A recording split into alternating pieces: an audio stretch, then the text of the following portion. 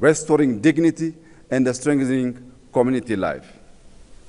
As Africa's urban landscape expands rapidly, we must be intentional. The African city of the future is walkable, green, youth-centered, and grounded in dignity and belonging. In rural areas, modernization is enhancing livelihoods, connecting communities to markets. This integrated approach links development with climate stewardship. One expression of this is the Green Legacy Initiative. We have planted more than 48 billion trees, restoring ecosystems and building a living legacy for future generations. Yet, the global development pathway has come at immense environmental cost, costs borne by communities far beyond those responsible. Therefore, climate action must be anchored in justice and equity, aligning finance, technology, and partnership to enable Africa to thrive. In this spirit, we hosted the second Africa Climate Summit, and we are preparing to host COP32, ensuring Africa speaks with one voice and presents solutions to the globe. This same principle of integration guides our technological transformation. Under Digital Ethiopia 2030, we're building digital public infrastructure that places citizens at the center of service delivery. By linking FIDA, our national digital ID, with payment systems and the massive data exchange, we enable secure access to services, seamless transactions, and responsible data sharing, fostering trust and driving our economy forward. In 2020, Ethiopia established Africa's first artificial intelligence institute. Building on this foundation, we are preparing to launch an AI university anchored in the Ethiopian philosophy of Maddamer, synergy through purposeful collaboration. This institution will unite human values with machine intelligence, local context with global relevance, and scientific rigor with applied impact. It will ensure technology drives growth and position Africa as a global contributor in the age of intelligence. Ethiopia is also continuing to invest in connectivity.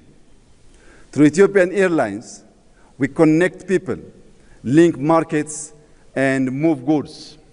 To sustain this momentum, we are building Africa's largest airport, a next-generation gateway that will anchor our continent in global value chain.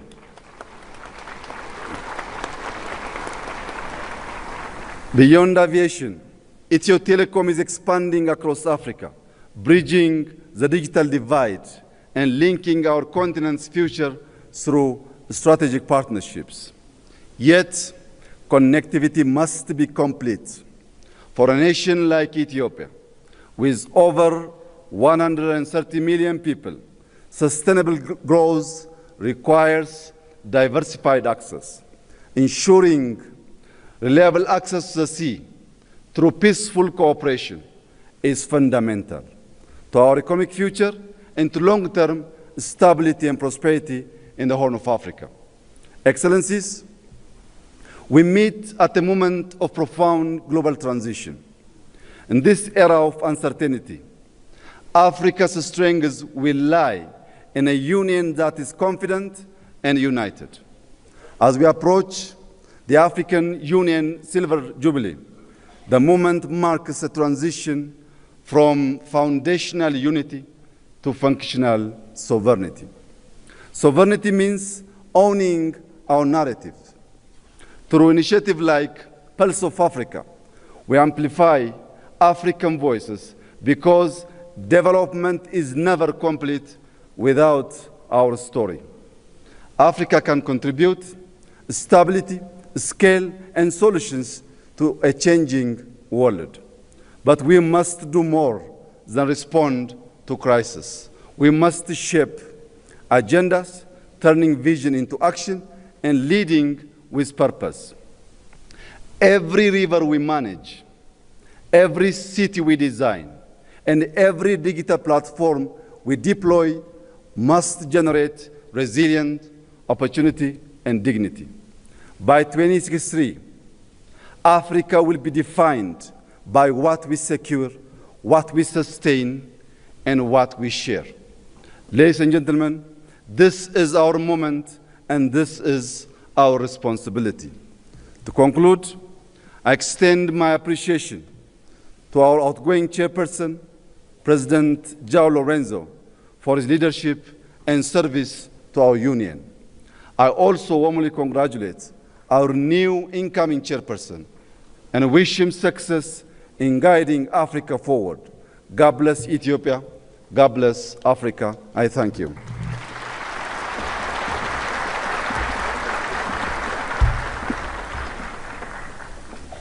Merci beaucoup, Excellence.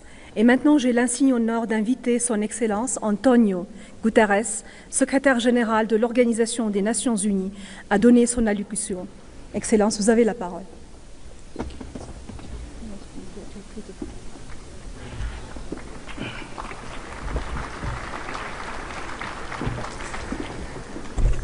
Presidente João Lourenço da República de Angola e Chairperson da União Africana, distinguished heads of state and government, Chairperson Mahmoud Yusuf of the Commission of the African Union, Excellencies, ladies and gentlemen.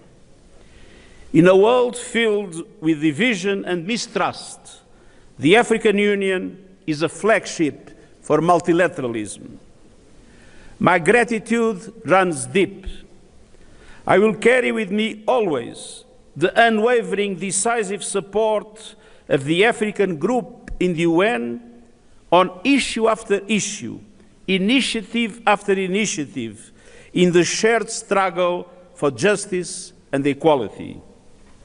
Your solidarity has not only strengthened our efforts, it has moved me deeply, and I will never forget it. From day one of my mandate, we forged the UN partnership with the African Union rooted in respect, constant dialogue, and unwavering solidarity. Over the last decade, our cooperation has reached new heights. Joint frameworks on peace and security, sustainable development, and human rights.